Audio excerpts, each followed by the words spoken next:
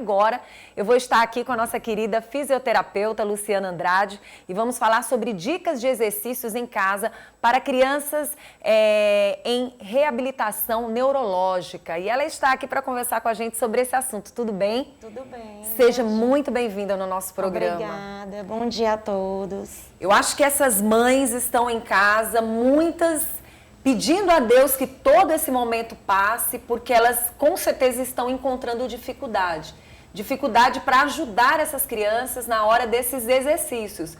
Aí a gente imagina como é bom a gente ter profissionais e trazê-los aqui para o programa para dar essas dicas. Quantas mães estão em casa agora e que querem aproveitar essas dicas de exercícios, né? Já começa logo falando um pouco sobre essas crianças, né? Essas crianças, elas apresentam déficits motores, né? Cognitivos. E assim, a mãe ela tem que estar atenta, a família, porque esse é um processo que a família tem que estar inserida, né? No dia a dia. E agora, nesse período de pandemia, é que a família é primordial nesse processo de reabilitação, né? Já que não estão conseguindo levar seus filhos para as clínicas, para os centros de reabilitação. Então, é importante que a mãe e o pai observem o dia a dia dessa criança, se ela está tendo uma alimentação regular, né, para ela ter força para realizar os exercícios. Né? Então, ela tem que estar bem ativa, ela precisa estar atenta aos algumas alterações que ela possa apresentar na visão, na audição. Né? E é importante que essa criança, naquele momento, não passe muito tempo deitada, principalmente, né? Porque às vezes a pessoa pensa assim, não, eu estou em casa, está todo mundo vivendo esse momento, minha criança é uma criança que vai passar mais tempo deitada, aí onde mora o erro, né? Exato. Tem que ter os momentos para essa criança fazer um alongamento, para fazer os exercícios necessários. A gente trouxe algumas imagens e eu queria que você pudesse ir falando para a gente a respeito desses tipos de exercícios que podem ser feitos. Olha, essa criança está usando um dispositivo, né, um acessório que auxilia na marcha, que é um andador adaptado, né? Essa criança, ela precisa dessa adaptação no andador para conseguir dar os passos, para conseguir caminhar. Né? E você observa o quanto ela está feliz, porque ela está em pé, ela está ativa, ela está fortalecendo seus músculos, né? E aí a gente tem um incentivo, que é a bola, ele adora a bola, né? Então é um incentivo para a criança dar o passo, realizar o movimento do joelho, do quadril, tudo isso é importante para evitar deformidades, encurtamentos, né? Aí a gente vê outras imagens relacionadas a brinquedos, né? Isso, é muito importante o brincar, a brincadeira, se tiver um irmão em casa que possa estar ajudando nesse processo, é muito importante. Né? Essa criança está ativa, né? Que ela não fique muito tempo deitada, porque às vezes imagina, não, a criança vai ficar ali sentadinha e ela não, como eu não estou tendo um local que possa trazer esses exercícios, aí é a hora que a mãe e o pai têm que agir, né? Isso. E com certeza o fisioterapeuta, o terapeuta que acompanha essa criança, ela solicita esses equipamentos que ajudam nesse dia a dia da família. Vamos falar das mães que não têm esses equipamentos, né? Que tipos de exercícios podem ser praticados? Tá.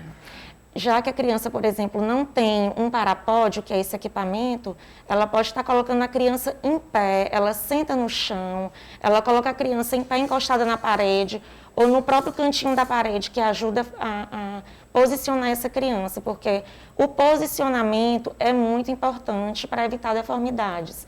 Né? Então, se a criança não tiver uma cadeira de rodas, ela coloca no cantinho do sofá ou no cantinho da parede, se não tiver o sofá, coloca no cantinho da parede, tenta posicionar o tronco dessa criança, a coluna, né? Tenta posicionar as perninhas dela de uma maneira que ela fique confortável, que essa criança fique bem posturada. No caso, a mãe, no dia a dia, são muitos dias e a gente não sabe até quando, né? No caso, essa criança, ela pode ficar sem fazer esses exercícios ou não? É interessante que todo dia tire um momento para fazer alguns tipos de exercícios, como, por exemplo, a questão do alongamento. Isso, é muito importante a criança fazer, nem que seja um pouquinho todo dia, né? O importante é a continuidade do atendimento, dos exercícios. Então, a criança precisa fazer todo dia um pouquinho. Então, se a mãe não tem tempo, por conta dos afazeres domésticos, por conta do trabalho, ela pode estar fazendo isso nos momentos, por exemplo, do banho, da higiene corporal, ela pode estar usando uma bucha ou conversando bastante com a criança. A criança precisa de estímulos visuais, sensoriais, táteis, né? Tudo isso é muito importante para ela. Na questão da postura, o espelho, ele pode ser utilizado também? Da criança se ver, do momento da mãe fazer os exercícios com essa criança? Pode sim. Então, ela pode sentar no chão, pode colocar um espelho, ou então, se não tem um espelho naquele momento, pega o celular, né? Coloca no modo câmera, que a criança consiga se ver, é muito importante também. E a questão da postura, como é que ela pode ser trabalhada? A postura, ela pode ser trabalhada, por exemplo, no chão. Se a criança não tem aquele tapetinho para botar no chão de EVA, ela pode estar limpando uma área do chão, colocando a criança sentada, colocando a criança de barriguinha para baixo, né? A criança precisa passar por todas essas posturas, deitada, sentada, de barriguinha para baixo, para poder ela aprender a realizar as transferências, né, as trocas posturais, que são muito importantes para o desenvolvimento motor dela. Quando você fala de bolas, né, que essas crianças são apaixonadas por bolas, existem outros exercícios que podem ser feitos com bolas menores, maiores? Pode, inclusive quem não tem um rolinho em casa, pode estar fazendo com um travesseiro. Enrola o travesseiro, pode amarrar ou passar uma fita, né? Coloca abaixo da criança, de barriguinha para baixo, e proporcionar que essa criança coloque força nos braços, levante a cabeça, estique o tronco, a coluna, para ganhar uma postura, melhorar o controle de tronco dessa criança. Relacionada às marchas, né, que a gente ouve falar muito. É interessante que você tem um tempo, vai depender do quê? Por exemplo, alguns minutinhos, como é feita a questão do tempo e como é que a gente pode trabalhar a questão das marchas relacionadas às crianças? Tá.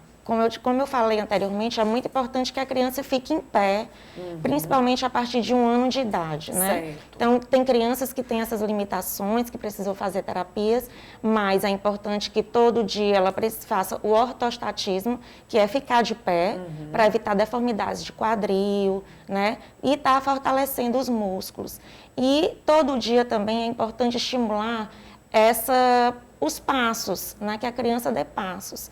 E se ela não tem dispositivos que auxiliem, o pai pode estar, ou a mãe, atrás da criança, segurando o tronco e proporcionando, estimulando com algum brinquedo na frente que ela vá pegar, que ela se estimule. Também podem ser locais interessantes, desde que tenha todo aquele cuidado, né? Pode, contanto que o pai, a família esteja segurando a criança, né? O importante também é que não estique bastante o braço, porque às vezes criança muito pequena, o pai segura um braço de um lado, a mãe do outro.